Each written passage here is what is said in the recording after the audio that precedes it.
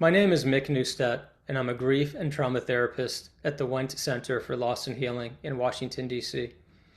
In this short video, we're going to explore the topic of rituals and remembrances, what we do to remember and honor our loved ones on days such as death anniversaries and birthdays. So what do we do and how do we do it? Well, first of all, we know that grief is unique, so there's no firm playbook or right way to do this. It's really based on how you feel and your relationship with your loved one.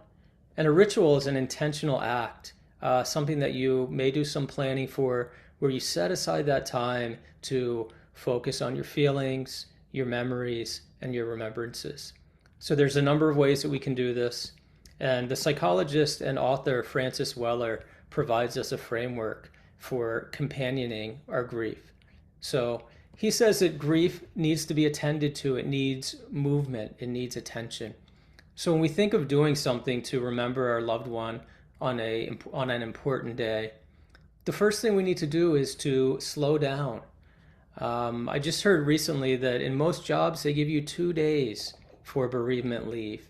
So at the point of a 1-year anniversary, or even 2, 3, 5 years, we need to slow down. We may not have had time to really be with our feelings over time. So we do that, we stop. We check in with the body. We move from the head down into the gut just to notice what we're feeling physically, to notice what we're feeling emotionally, and to acknowledge that. So that brings us to the next step of bringing some warmth and caring for your feelings. Being okay, not judging yourself that you're feeling angry, that you're feeling excited, that you're feeling confused. Just opening up to acknowledge your feelings and to care for them, to notice what you might be needing. You know, it might be a cup of tea, it might be a walk, it might be a nap, you might need to cry. So caring for our feelings in the way that we see fit. And then the third aspect of companioning our grief and participating in rituals and remembrances is that they should have some sense of community. You know, your person was so important to you and also loved and important to other people. So our grief not only needs to be moved through our bodies, it's important that it's also shared. So in doing rituals and remembering your loved one, we can do this, of course, by ourselves and do this with others. And we'll look into these. So here are a few ideas for solo remembrances. You may take some time by yourself for prayer or meditation, doing it in the way that feels connecting to you.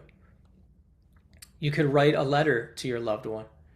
We say that grief is about relationship, continuing the relationship with our loved one, even though they're not here physically, they're in our heart.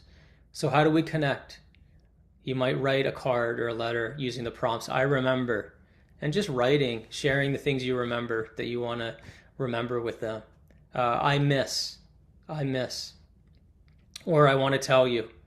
You know, one of the difficult things of living without your person is you don't get to call them on the phone and tell them all these things, to share your joys and your challenges. So those are a few prompts you can use if you want to write. You may also read a poem that they liked, or read something that they liked, a book, excerpt from a book, listen to songs that they liked. So again, it's connection, honoring your feelings, and remembering them. So these are some ideas for solo remembrances. And then, of course, there are also ways to remember and engage in community. And community is important. You know, too often we grieve in isolation. Our society doesn't always support communal grief. You know, it's important for you to be seen and to be heard and to keep that connection and memory alive. So a very common one is to cook the favorite food or foods of your loved one, or eat a meal that they enjoyed either at home or at the favorite restaurant with friends and relatives. You know, food brings up so much emotion and memories, the smells, the tastes, the texture, the environment. If you are feeling alone and it's a day where you're just not in the energy and what's right for you is not to connect with a group of people, you may just write a text to someone Say, I'm thinking of so-and-so today. I'm thinking of dad today. I'm thinking of our friend today. Just to be acknowledged, that they can say, yeah, I'm thinking of them too. I remember this and I'm thinking of you. Or you may put out a message on social media, with a picture of your loved one saying, remembering my loved one today. And then, feeling the support of others as they check in. In community, you can do a small group gathering in person or virtually. Just some time to talk and to be with people that are important to you, that were important to your loved one, to share memories and share stories. And again, our remembrances and our rituals are unique to you and to your relationship.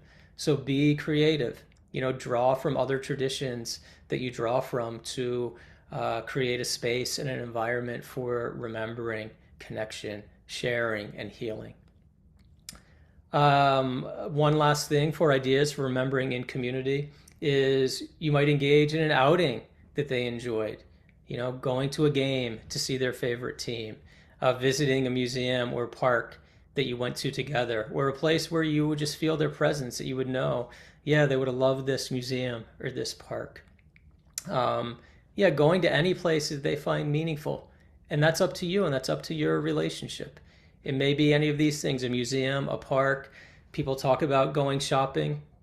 My person loved shopping for this kind of thing. So you go, and you look at these things or you buy something.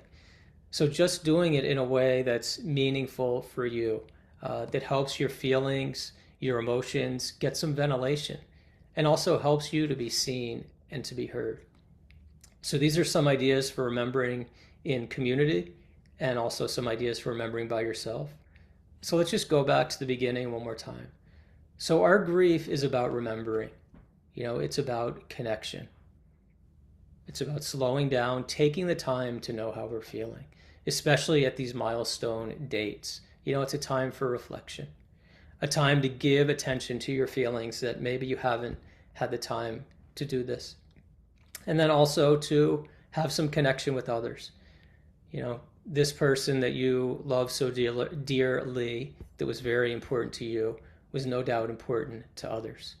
So I wish you all the best in connecting with yourself deeply, connecting with community, and keeping the relationship with your loved one in your heart alive each day. Thank you.